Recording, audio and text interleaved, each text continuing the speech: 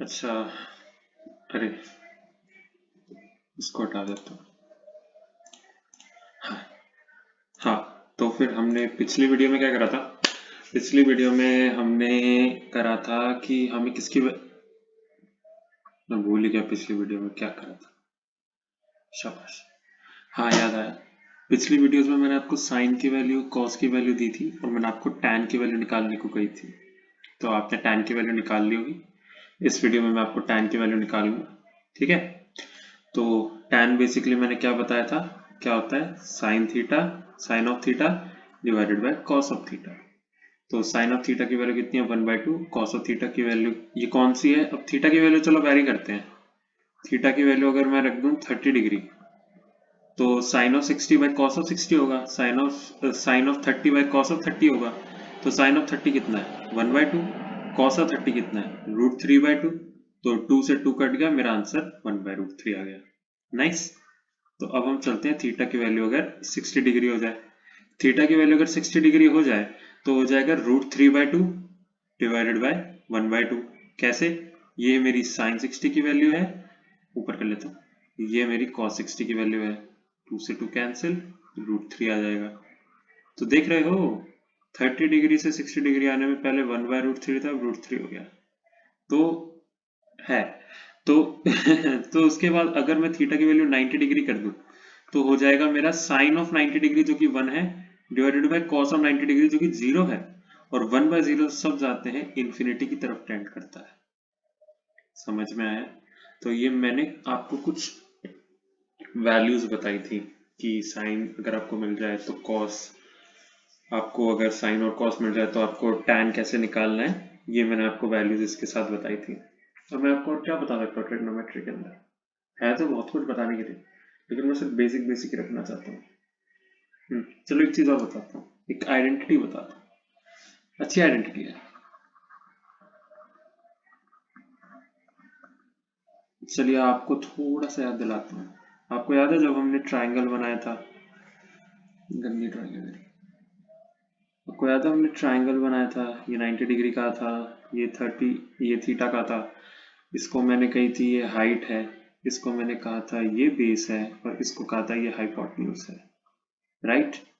अब जब मैंने ये कहा था तो मैंने आपसे एक बात कही थी कि साइन, कॉस और टैन मैंने आपको फॉर्म्स में बताए थे कि हाइट बाय हाइपोटेन्यूज क्या होता है, बेस बाय हाइपोटेन्यूज क्या होता है।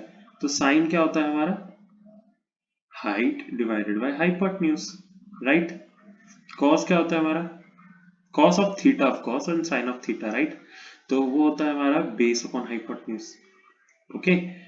अब एक बात सोचो, कहीं से भी मैं सामने से बोल रहा हूँ, कहीं से भी मैं सामने से बोल रहा हूँ, पर अगर मैं साइन का स्क्वायर कर दूं थीटा का, प्लस अगर मैं कॉस का स्क्वायर कर दूं, तो sine of square theta plus cos of square theta, इसकी वैल्यू क्या होगी? चलो मान लेते हैं ये वैल्यू मैंने मान ली x। ठीक है।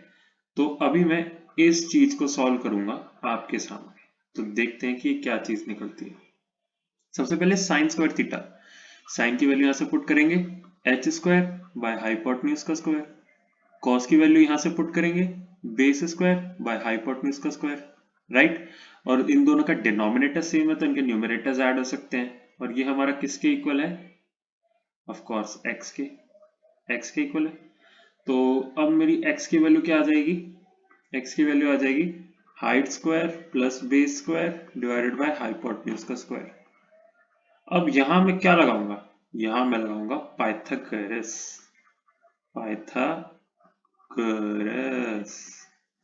Pythagoras theorem. आप सब जानते हैं कि एक राइट एंगल ट्राइंगल के अंदर हाइट का स्क्वायर प्लस बेस का स्क्वायर होता है हाइपोटेन्यूज का स्क्वायर। ये कहां से आया हमारे? पाइथागोरस। नाइस। तो हाइट का स्क्वायर प्लस बेस का स्क्वायर किसके है? हाइपोटेन्यूज के स्क्वायर के इक्वल। तो मैं यहां लिख दूं हाइपोटेन्यूज का स्क्वायर डिवाइडेड बाय हाइपोटेन्यूज का स्क्वायर। और हाइपोटेन्यूज का स्क्वायर, हाइपोटेन्यूज का स्क्वायर और हाइपोटेन्यूज का स्क्वायर न्यूमरेटर डिनोमिनेटर में तो कैंसिल हो जाएगा, तो 1 आ जाएगा। तो मेरी x की वैल्यू क्या आ गई? यहाँ पे x की वैल्यू 1 आ गई। और उससे क्या पता चला मुझे कि x की वैल्यू तो 1 थी। तो ये जो मेरी आइडेंटिटी निकल के आई, अगर मैं इसको इक्वेशन नंबर 1 कह दूं, तो मेरी इक्वेशन नंबर 1 में आइडेंटिटी जो फाइनली निकल के आई, क्या निकल के आई? वो निकल के आई sine square theta plus cos square theta is equals to 1, and it is a very important identity, right? ये बहुत इंपॉर्टेंट आइडेंटिटी है एंड ये बहुत ज़्यादा फेमस भी है. So like I have proved it today, and I've also taught you that if you're given sine and cos, you can find tan. Basically, you can find the whole triangle, right? So let's take a leave with this class.